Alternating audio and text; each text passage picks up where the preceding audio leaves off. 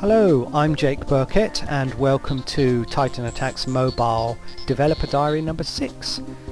It's a rainy August Saturday afternoon and yes, I've got nothing better to do than tons of work. So I'm going to talk about the changes I've made since the last video, and those changes are many. So let's just take a look at the game. Last time there was only one type of alien and it kind of just moved across the screen and wrapped around.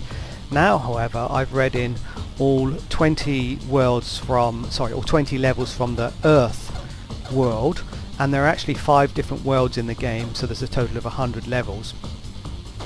Now as you can see, these aliens are moving properly, they're shooting, and I can use these cheat keys to kind of skip and show you the other levels. What we've got is different behaviours, so these ones wrap off the screen and come along the other side, these UFOs. And we've got static aliens here. You can see I've programmed in a hit flash as well for them. There's a hit flash for me as well. I think I need to make it brighter though. Let's have a look at different aliens. So those ones move faster. These ones fire horrible sort of bombs that would explode. There are cool sine wave ones. They've got pretty neat firepower as well. These ones bounce off the edge, and I'm going to just get hit actually. So you can see I've programmed in the aliens hitting the player.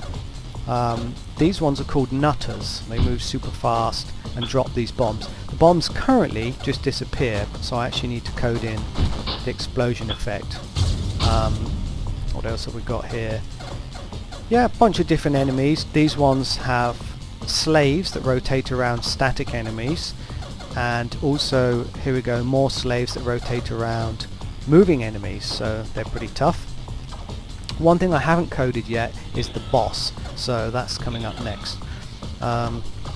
Also I've done stuff like, let's put it on level 1, you can see we've got a wave 1 that appears at the start and allows everything to move around whilst that text is on the screen. Also you can die and like this, and the enemies keep moving. So I've done all that kind of stuff. I've also had to code stuff like if you die and you shoot the last alien at the same time, the level doesn't complete and move on, you are just dead. Or if you complete the level but unfortunately you die whilst the text is on the screen, you're dead and that's it. So it's kind of little things like that you always need to watch out for as a programmer to avoid odd kind of bugs. Also, let me just beat all of these guys. Well, they might not be guys, they might be girls. There might be nothing. Let's have a look. Okay, so I've added in a placeholder shop screen between the levels. So here at the moment you can just boost your shields and the number of bullets on screen. You start with one like Space Invaders and you can get more later. Also later on you'll have more powerful bullets, smart bombs, different kind of fancy guns, all sorts of cool stuff. So that's coming later. Now you can see I can unleash a sort of stream of bullets on these enemies here. So yeah, quite a lot has been done. It's basically a playable game now for the first 20 levels, and I've even added in the moon levels, so let's have a look at those. Different coloured enemies here, different kind of abilities like this, so all kind of crazy stuff. Pretty cool. No bosses yet. The behaviours aren't done for all of the moon ones yet, so that's why there's quite a lot of sort of static ones. They will actually move around later and do cool stuff. But all the different enemy fire powers are added in the game, so that's done. Okay, so what's next?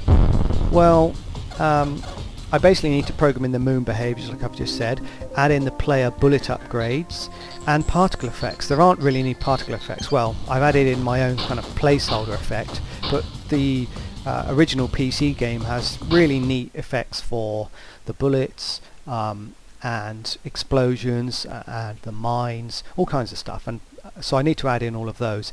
There's even stuff like power-ups I need to add in that drop from the aliens, the UFO that goes across the top of the screen, the mini game where you have to shoot as many saucers as you can.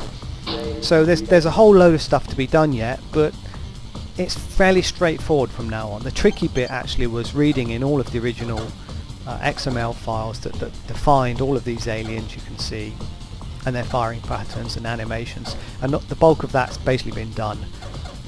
So the rest of it's, you know, fairly straightforward. So thank you very much for watching the video, and stay tuned for the next edition. Bye for now.